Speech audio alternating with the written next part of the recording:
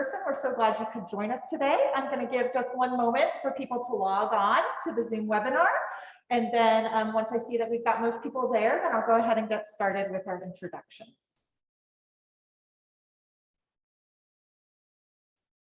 All right. So a couple of notes for those of you who are joining us virtually. We are using a live captioning service. So if you'd like to avail yourself of that option, you can click the captions, you can click the CC button and you will get live captions. We will also have some time for Q&A and feedback. We ask that you use the Q&A function rather than the chat function for that time period. We're going to do our best to create an equal experience for those at home and those in the galleries.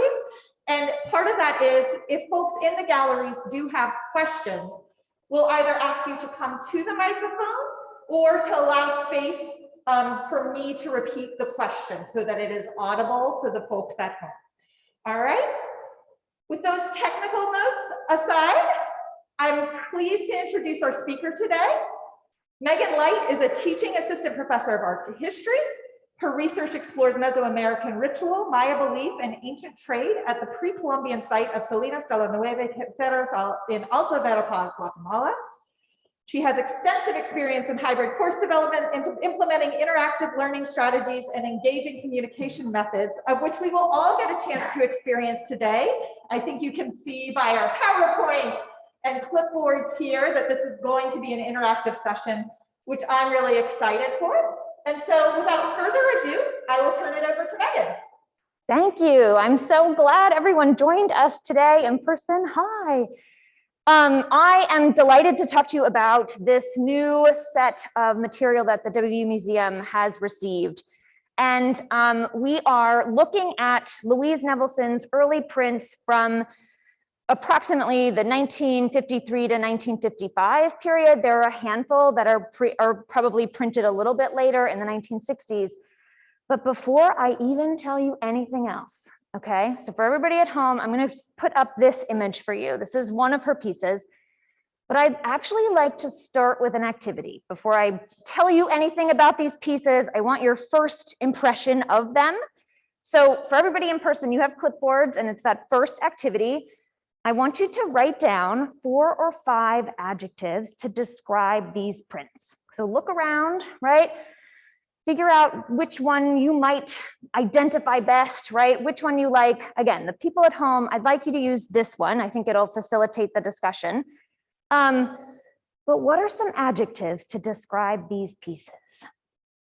Take 30 seconds here, write a couple of adjectives down for me.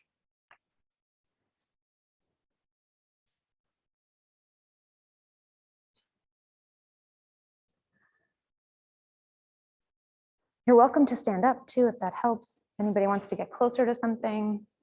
And for those of you at home, in the chat, I have put a link to our virtual tour of the space. It's actually a space, the tour of this whole gallery, 2 other small exhibitions. But you can click on the link in the chat and go all the way to the back of the 3D room, and you'll be in the same space that the folks are here. Great, thanks, Heather.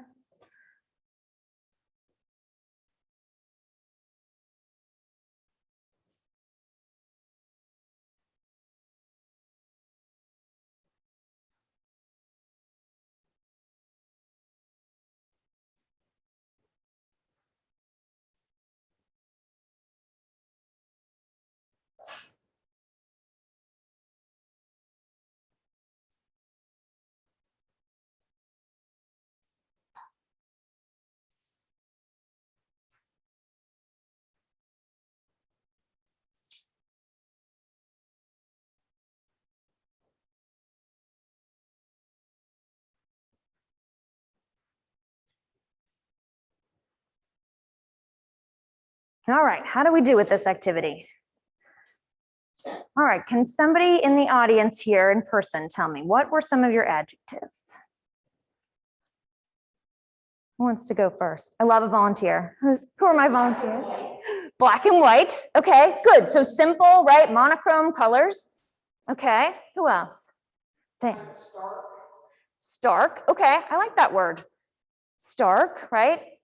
Sam, what were you going to say? Heavy, dark. Anybody else picking these words a little bit? I have a few from the online chat Okay. as well. We have gestural and wild, ceremonial and throne-like, scowling, dark, bleak, stark, crowded. Okay, these are good. Sydney, what were you going to say?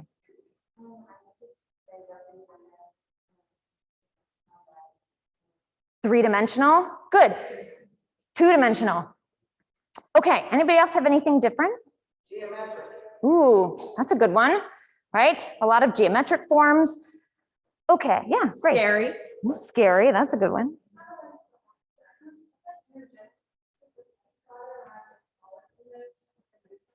Okay, so Energetic. Is that Ener- a little bit yeah. of repeating for the folks at home? Energetic was the word that was said. good. And so our audience kind of brings up a good point here. And the idea is when we look at the dates on these works, right? This is 1950s, this is post-World War II. And so in reality, we are talking about works of art that are gestural, right? In general, she's inspired by people like Jackson Pollock. We'll see it kind of at the end of this presentation. But in general, most of us, I don't think, have an immediate feeling of these are the prettiest things I've ever seen, or they make me really happy, right? Or they're not, necessarily something you immediately connect with. And what's interesting is her critics didn't either in the 1950s, right? So where Pollock got emotional and expressive and gestural and these positive kind of words associated with action, right? Her friends said that they were hodgepodge and messy, and they were really kind of upset with her about the detailing that she didn't do in her process. And so we're kind of looking at these, and for me, when I look at this work, or I kind of think about her as an artist in the 1950s, she's coming into this with a bit of a bias against kind of women artists in this moment. And the way that her work was seen, she doesn't really get very famous until, her later works. And so they look more like this sculpture, right? The last kind of iteration of Louise Nevelson's work are huge black boxes, essentially. It's a very simplified meaning here, but they aren't really indicative of this. How about this one? What do you think? What can you see? Can you make out anything here?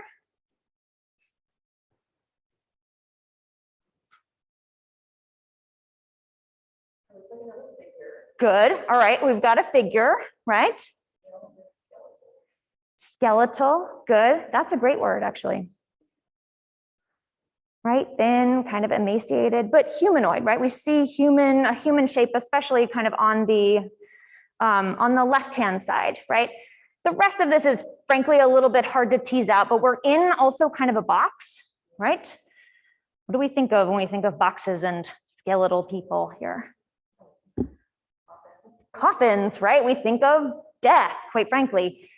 And part of what I really researched for this project was about some of her life experience and how these impacted these works. So Louise Nevelson was born in what is today modern Ukraine in 1899. And so I loved some of the old images of her from the Archives of American Art. And so we have images of her, we have images of her family. Her father was Isaac. And essentially, she and her sisters and brother were left in the Ukraine with her mother and maternal grandparents, while her father emigrated to the United States before them. And so he ended up settling in Rockland, Maine, and waited several years to bring the entire family back over. And so there are all these kind of amazing photographs of this early kind of 20th century family that ended up gaining some wealth in the United States. And before that, though, they'd been associated with wood production or having kind of forests, actually. So in her later work that's so based in kind of wood production, she really always connected with that, with her family history. So this is the Berlansky photos from 1907, soon after they emigrated. And Louise is here, right, on the right-hand side for those of us that are in person. And What we think about with this image, though, is the idea that they are immigrants who speak Yiddish, right? They are Jewish immigrants to a predominantly white region of kind of the northern coast. And we think of Isaac, though, as actually having several years more time here before he brought his family. So what do we think Isaac is doing while he's here in the US for a couple of years without all of his children and his wife? Sydney. What? He's working, yes. So he starts a grocery store. So he starts to get some basically money, right? What else is he doing? Dating. We'll go with dating. I like that. Yes. So when the family moved, their mother was not entirely happy here. She had a husband who was a philanderer, and for very young children, she spoke Yiddish, and she just did not fit in. But for that reason, Louise also talks about not fitting in either. And so Isaac desperately wanted to, right? So he talks about, I found this great image online of the old Louise Nevelson home that was for sale in 2014. I'm pretty sure somebody bought it and renovated it, though, because it looked different. But eventually in 1910, he's secured enough real estate and actually sort of started purchasing houses on this Linden Street to rent to other people, but also for his family to move into, to start really kind of living this American dream, right? But what I start to see, right, and coming back to these images are references to possibly that childhood home, which is one of a stable period in her life, right? A time when her parents are finally reunited and together, even if her mom is sadly in bed most of the time and crying because she's miserable and she misses her family and doesn't go back to them, right? Stays with Isaac. So this image, though, is on the back wall. So for those of you in person, just to kind of point it out, why do I think those two are connected? Do you guys see anything like architectural here, right? I mean, Ancient City is the title here. Yeah.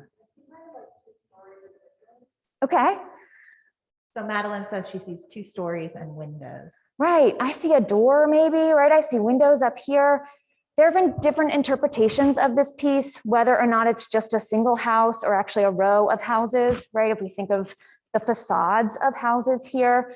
But for me, one of the lines I liked the best about this piece was that she identified herself as possibly a frustrated architect when she looked back at this image. Her father always made her actually draw interior spaces and chairs and architectural details. So to give you an idea of what Rockland looked like, well, frankly, I've never been to Maine, so I assume it's sort of idyllic Maine. But this is the lighthouse in Rockland that was built right in 1900 with the lighthouse in 1902. So this is a brand new feature that's, when she's arriving, this is really a major kind of feature. And this is one of these wealthy resorts where basically people from New York would come to vacation for the summer. So this is where she's encountering kind of all of this elite wealth coming into this area, but for very short stints of time. And so, you know, I mean, I think the Samoset Resort here overlooking this bay, thinking about that space, right, that somewhat feels disconnected from the things she's experiencing. So I went back into the archive to find a couple of early watercolors of hers. And so this one, I think, reminds me of that landscape, right? That kind of bay that she's able to look out on. We see a little bit of a mountainous area here, but really a lot of similarities to where she may have been growing up. There's also really interesting scenes with kind of roads that look like West Virginia roads, right? Lots of trees, lots of wooded areas. But what I wanted to call your attention to, right? These are 1916. This is at the height of World War I. And they're so different from where she ends up, right? In the 1950s. And so thinking about her having this kind of incredible trajectory as part of her process and where she was, how she was inspired. The last idea kind of from her youth that I want to mention to you is this, and it was put forth in one of the recent books that's been published about her life. And it's that because she didn't identify with any of those people who are visiting, right? The kind of upper class or at least upper middle class individuals who are summer vacationing with boats and frankly money, right? She actually more identified with these women who were gypsies who ended up doing like fortune telling on kind of the shores throughout the summer. So they lived kind of this slightly itinerant life. But she felt really connected to them because they were always alienated too, right? They're alienated for their dress and their actual profession, right? That they're only temporary kind of workers. They don't have kind of solid places to stay in this area. And so for a lot of years, I think she really felt that she couldn't figure out why she felt so connected to those women. All right, I just wanted to show you one of her childhood drawings, because this one is so delightful. And they said that she was always had a strong propensity for art. And I mean, in truth, she's like 6 when she made this, right? So I don't know. Do you know 6-year-olds? I mean, we do, right? I think, and they don't draw like this yet. So there's really some beautiful kind of indications that she's very talented very early on. Okay, when she graduates high school, essentially, she wants to move to New York. She wants to be an artist. And her parents absolutely say a single Jewish woman cannot move to New York City by herself.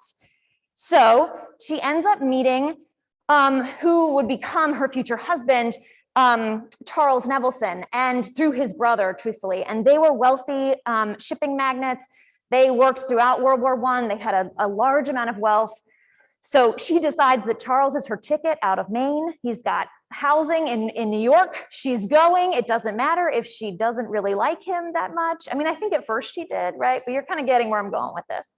Wasn't that interested in marriage, marries this man, then they have a son. She didn't think she would ever have a child. So now she's, a little stuck. And frankly, he wanted someone who was domestic. I mean, he wanted someone who was in the home, raising children, and deeply caring for him. And he married, a pioneering artist, right? She was, for lack of a better word, wild. She was beautifully creative, but became really stifled by this environment. So after she had her son, who goes by Mike, basically she fell into what we know today as postpartum depression, but essentially at this point in the 1920s, they just couldn't figure out why she couldn't sort of get out of bed and care for the baby. But so her early work from that period in the 1920s, I wanted to pull in this image, and I wanted to pull in this one because this one is very different than all the others in this presentation, right? So this has kind of those great eaves that are associated with more like Japanese architecture or Chinese architecture. But here, what does this remind you of? What does this make you think about? What is this? What'd you say? A still life. Okay, with lilies, right? What do you think of when you think of flowers?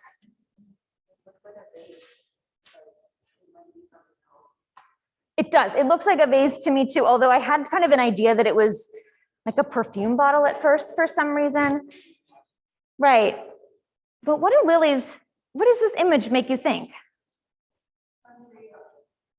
Sunshine, outdoors, right? My mother always keeps fresh flowers in our house, right? She just loves to have flowers around. And for me, I think it's because they have this beautiful smell, but they're also really colorful and really vibrant, right? They make us happy. And so I think this is, from my perspective, a tough time. And she's trying to kind of remember things that may have made her feel better or kind of think about happier moments. By the end of this period, though, 1932, she's given this marriage everything she's had for basically 12 years. And she decides she is done. And her husband is not that happy about this. And her parents, surprisingly though, are accepting of this. They think she's miserable and stuck. And so her sister used the word that she was trapped in like a bird cage, that's how he was jealous and controlling and stifling her creativity. So she had just separated from her husband, and then she decides, wait for it, to move to Germany and take art classes. So she drops the baby off with her parents, and her parents say, okay, and she just leaves for a while to go and really explore her career. I don't know about you, but taking 6 months off, I mean, this is maybe what you need after a month, but for 1930s, this is wild, because what else is happening in the 1930s? What happened in 1929? The Great Depression. Good, right? She's living through major eras here, right? So we've got World War I, right? Now we're in the Great Depression. Her husband lost most of his money from bad investments. Her parents are doing okay. And her brother and sister did very well in a hotel business.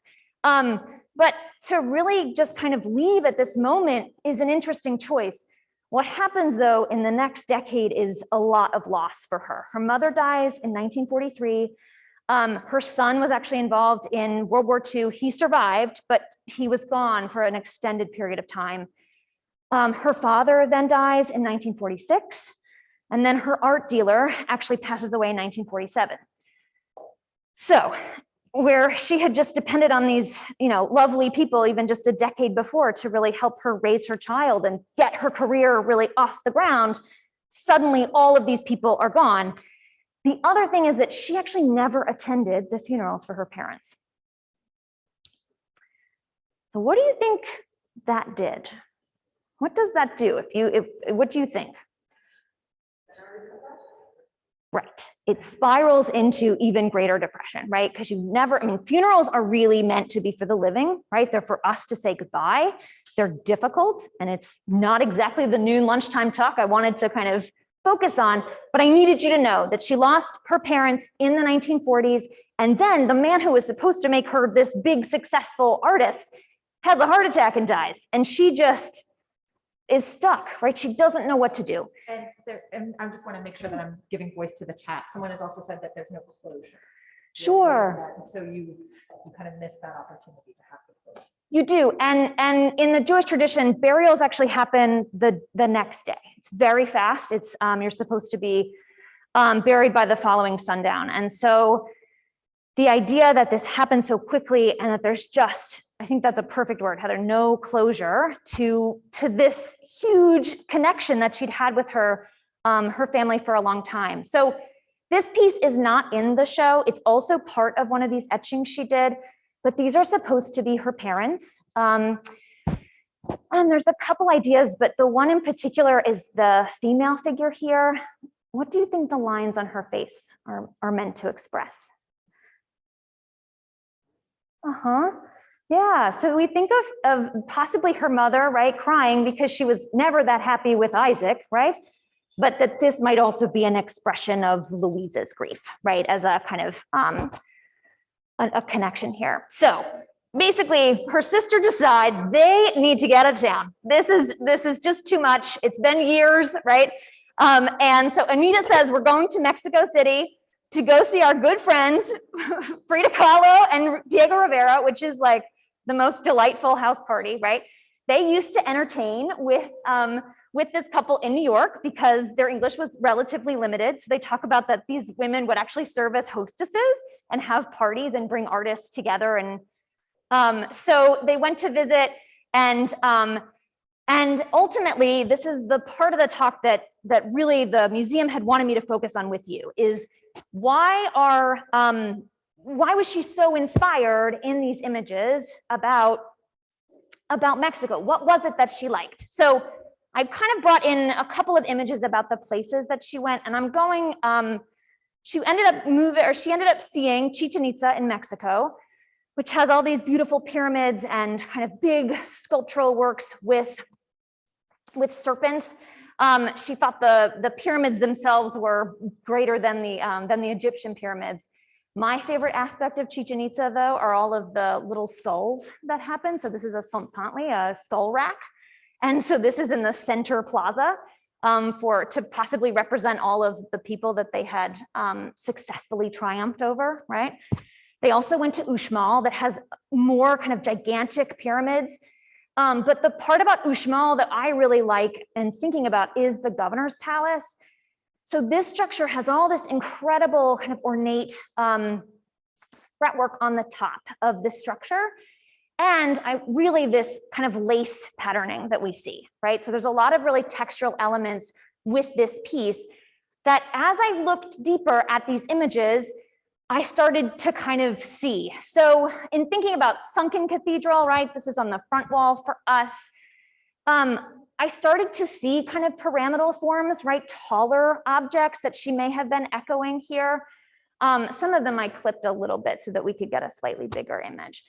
I don't know, even the simple kind of X pattern here, thinking about, images that might be decorative. But Mitla is the last kind of image, and then we're going to do your second activity here. Mitla is another site, which is in Oaxaca in Mexico, and it's a Zapotec site. But you see here, right, the rectangular structure of these buildings. They're not big pyramidal structures anymore. But the decoration on the facade is really beautifully ornate. And so when we look at kind of detailed images of that fretwork on this palace, we start to see really intricate patterns and overlay. So when I kind of compared Moon Goddess in the back here with this image, I started to kind of have an idea about what she may have been kind of doing with some of these overlays she was making in her etchings. So for the second activity, I went back one page. I'd like you to look closely at the image I printed, okay? And at home, you can look at this one. And I wanted you to start to see if you could make out any of those patterns. Can you identify the fabric? Can you guess at what she may have been using here? This is on the back side. Is on that wall back there where our graduate student Molly is standing. So if you would like to look at it, if you're in person, you can avail yourself of that and take a minute to pop up and look a little more closely. That's one of the benefits of being in the space if you're able to.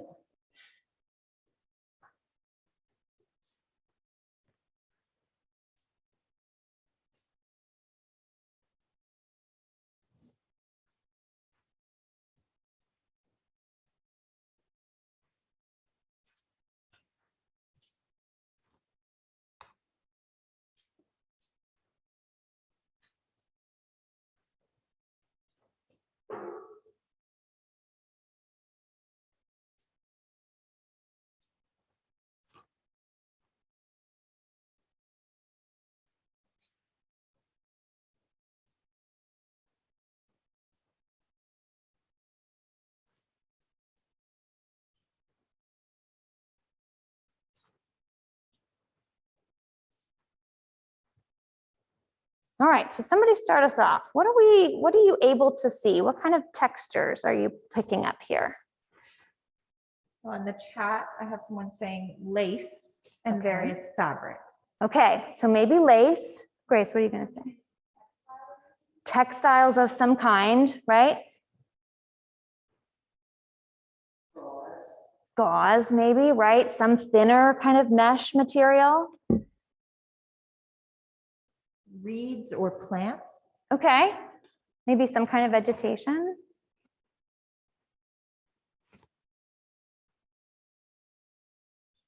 This is a difficult image though, isn't it? I mean, asking you to look closely at this is challenging. Did you also find the face in this as you were looking closely? Where is the face?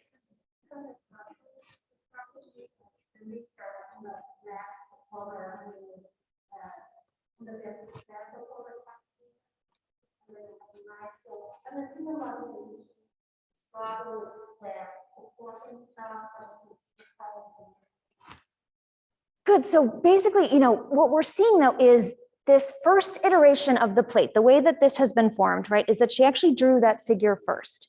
And then she's successfully kind of layering all of these fabrics on top. And she's using something called a soft brown etching technique, basically putting wax on this plate, pressing this fabric into it, and then kind of putting it in a wash to actually get different layers of this fabric. but we're right in thinking about it probably being a lacy fabric, right? Something that's maybe associated with domesticity, like a cheesecloth, right? Or sometimes I a have someone gauze. who has an association with a wedding dress. Ooh. Who's saying that the layers of lace remind them of a wedding Okay. dress or veil. I like that too. So the thought has been that this image actually might represent her mother. And the reason for that is the name of this piece, right, is this moon goddess, moon lady. And we know the moon comes out in the evenings, right? But after this trip to Mexico, she really started to understand a little bit more about Mesoamerican belief systems, right, and spirituality. And actually, in my belief, the moon goddess is female. And only comes out at night, right? There's a little bit of a sadness kind of to this image generally though, right? This blackness that's in the center here, right? The conflicted kind of nature that her mom, the life that she lived, right? And so for me, the addition of lace on top of this, right, is also very gendered, right? Women are using lace and collecting lace. She and her mother actually collected antique lace pieces together. So the idea of adding these to an image that may have represented her mother feels like a very tangible connection, right? A really beautiful kind of way to express part of her sadness at their loss. So as we kind of look ahead, she decides this was the best trip of her life, right? Is like happy as a clam, needs to go back. So she convinces Anita to go back to Central America with her within a year.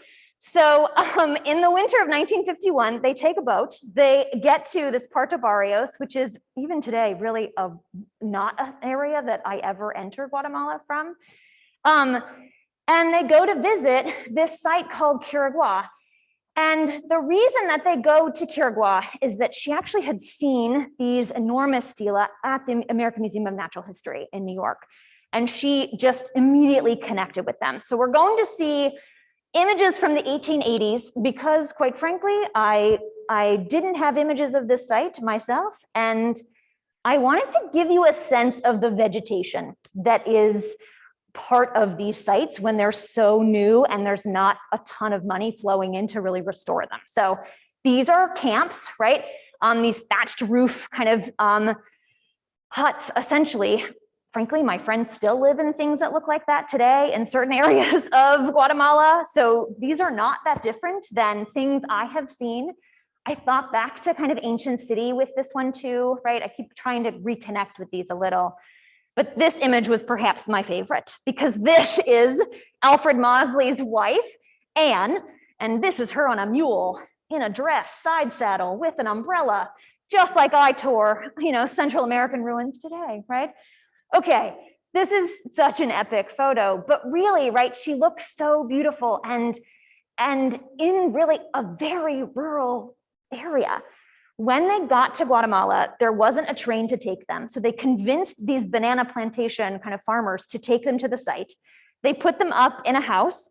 They fed them for weeks. And basically they said they lived like royalty at this site. And so when I see this image, right, there aren't photos of Louise and Anita at Quirigua, but I immediately kind of connected with this and the idea that they were really treated very well in this area. So the two stela that she saw in New York, though, were the casts of Stela F from Quirigua, and you can kind of get an approximate height of these things, right? They're about 30 feet tall. This is the side of Stela F. So they're carved with incredible kind of glyphs here to tell you about these previous rulers. The other one, though, is Stela E. This image I loved because this represents the density of these jungles, right? This is a ceiba tree. These are enormous, and they are everywhere in Central America. And they tower over really the kind of tropical area. The other thing about Quirigua is that it had a lot of mist because it was a really wet environment, right? So now we're kind of in a misty, tropical, lush rainforest environment. And she's seeing these incredible stela. What are stela? Especially my students in Meso, what is a stela? Who do these represent? Everybody's quiet. All right, these are big buildings, big sculptural monuments that went in the central plaza, usually of a site, and they represented the ancestral kings, right, and their accomplishments. But they're really funerary monuments for the most part, for the living residents of these ancient cities. So when we turn back, right, to kind of our main two figures on this front wall, and we start to reimagine kind of the box here, right, and the humanoid figures, who do you think these people are? I don't know if I put that one in, I put our case figure. Who are these people then? We're thinking about loss, right? Yeah, so we think of these human figures, especially in jungle figures, as probably indicative of her parents.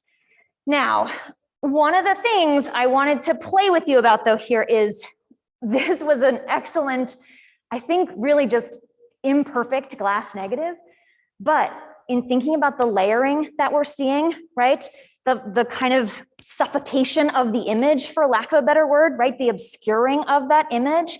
I thought it was a really beautiful kind of reminder that, that we're looking at images that are about death and about loss. And this is really her process in kind of dealing with that and coping with this.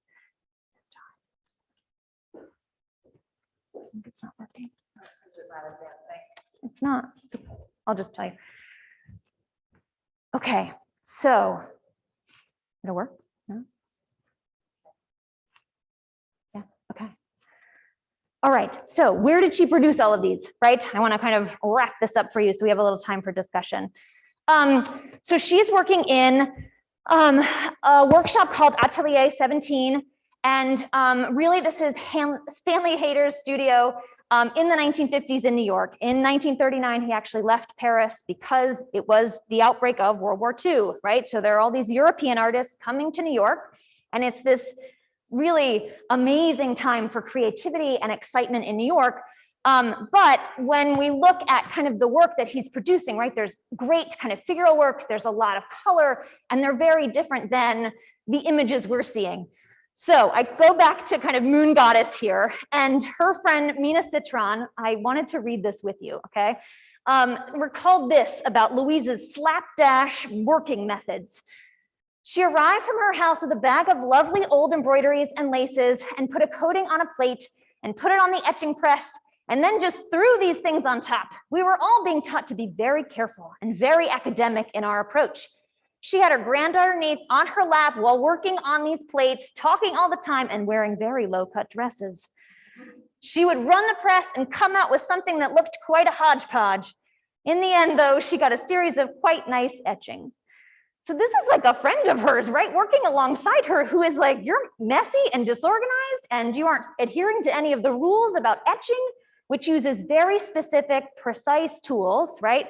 So this is something that Mina kind of produced a little bit earlier, but in the same kind of idea, right? More things that feel easier to read is kind of part of this. But when I went back and looked, I paid attention to the lines in all of the prints that we have in our collection, and they're very neat, right? So this didn't make a lot of sense to me because there was another man who told her she was using far too much ink and it was pushing out all over the place. And so we see that, right, in some of these other iterations of these prints. She's overloading the ink. She was messy and they frankly didn't like it. But when we think about the tools she wanted to use like a can opener. They didn't, she didn't want to use, or she was actually told that maybe it would be better to use kind of different tools because she didn't want to be precise. She wanted to be emotional when she was making these because she made all of these. She remembers it in 3 months. The actual dates, kind of give it a 2-year kind of range, but she says she made 30 prints in 3 months, and it was essentially like, a complete expression of her grief. And yet when we kind of look at these, right, I pull us back to that initial conversation, right? Because I've told you all this about her life now. We get an understanding of sadness and loss. But so when we talk about work from the 1950s by male artists, we use those more positive associations, right? Gestural, action painting, emotional, right? How did Jackson Pollock paint? He's splattering paper. Where's the canvas? Right, it's on the floor, right? So he's moving around, he's physically kind of working with these pieces, right? If we think of an etching that's this big, quite frankly, she's, pushing on these, right? She's trying to etch into this plate. It's a lot of the same action. She was also part of this surrealist identity. She loved kind of surrealist artists. And so I pulled a Juan Miró here. But thinking about forms that don't look quite like recognizable shapes, right? Even the ones that I'm not necessarily talking about, you start to see more amorphous, kind of automatic forms, right? Things that feel, frankly, like if I just had to turn this paper over and kind of draw some shapes, right? But if you were excited about them and you were intentional, what might you get?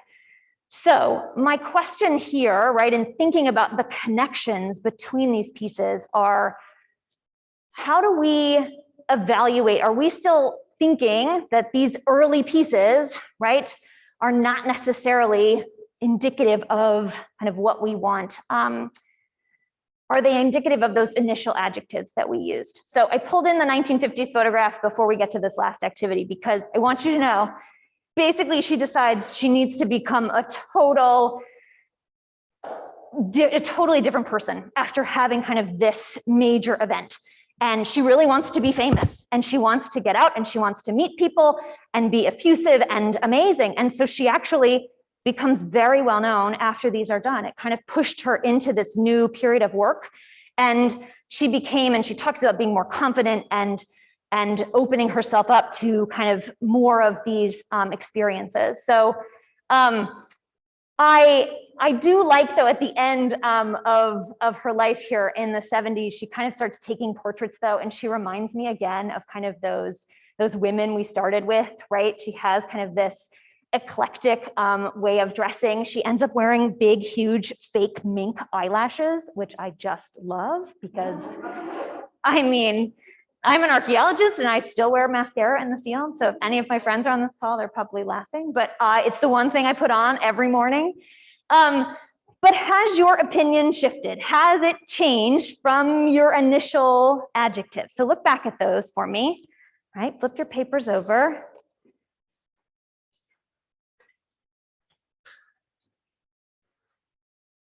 Would you shift any of them? Would you change any of them? Were they initially right? Yes, good. Anybody else? Right, wrong, different?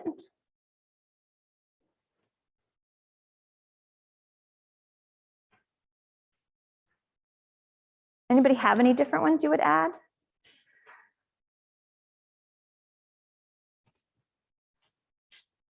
So I wasn't here to do this part, but my initial, when I looked at this stuff, but having your explanations to what the Dr. Mind introduces explains that. Good. So for the people at home, the person in the gallery said that they weren't here at the beginning, but said, her initial impression was that they were all very dark, and that kind of having this explanation and context, you still see them as, dark color and black, but makes us kind of think a little bit more about the context. Yeah. I do have one question. Sure. So I was wondering, because she might have the whole thing for her different things, I'm going to see this light her like feeding the user right Ruth, you're gonna have to say it one more time for me. So for her, I was wondering because she even after her opinion for her is why she like proportional with her Is there a reason she's doing kind of more figural pieces here? You're talking about her training, right? And is it that, Oh. is it a lack of training, or is it kind of intentional?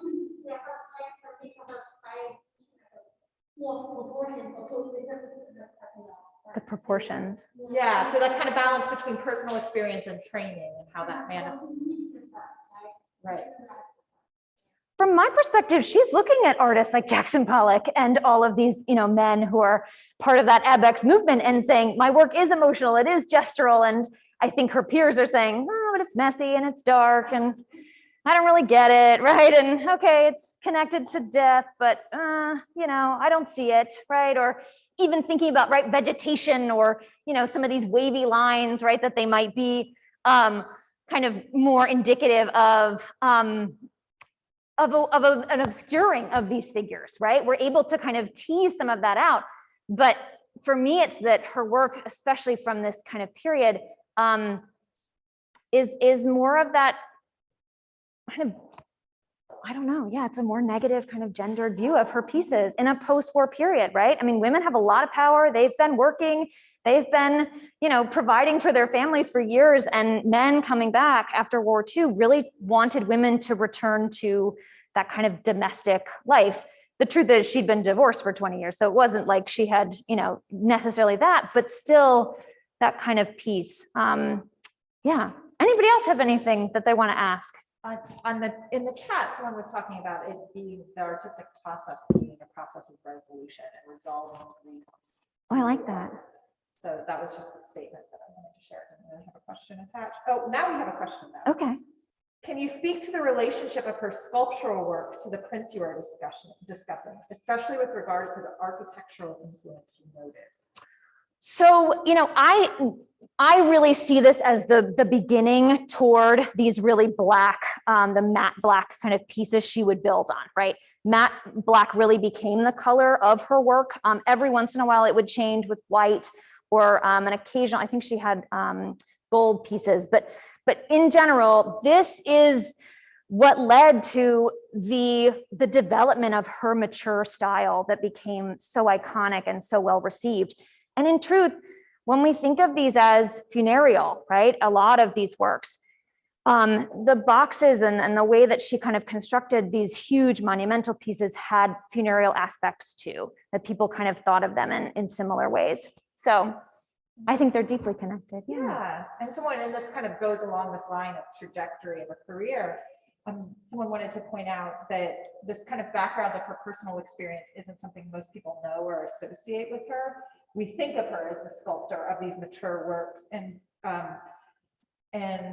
observing that those are kind of considered more masculine pieces, and that this is kind of shows that more feminine side of her. An emotional side. Yeah, an emotional side. I think especially when you talk about that personal history of grief and grieving, seems to be where that comment is located. I'm struck that it took 10 years for her to kind of get here, right? Especially as she lost her mother in 1943 and then her father in 46. But it's part of why I think Heather had wanted me to focus on this Mexican and Guatemalan kind of trip, right? That there was something that she deeply connected with in that landscape, in kind of that environment, that made her feel really connected spiritually to, I think, to trying to investigate this loss. And how do you depict your grief? I mean, I think it's very different. We have a lot of artists here, right? And that can look very different if you're working through it. But yeah. Any other questions? Anybody in the audience have anything? Do you want to get up and look a little bit? I don't have to keep you in your seats here. Any other questions? And I will check the chat as well.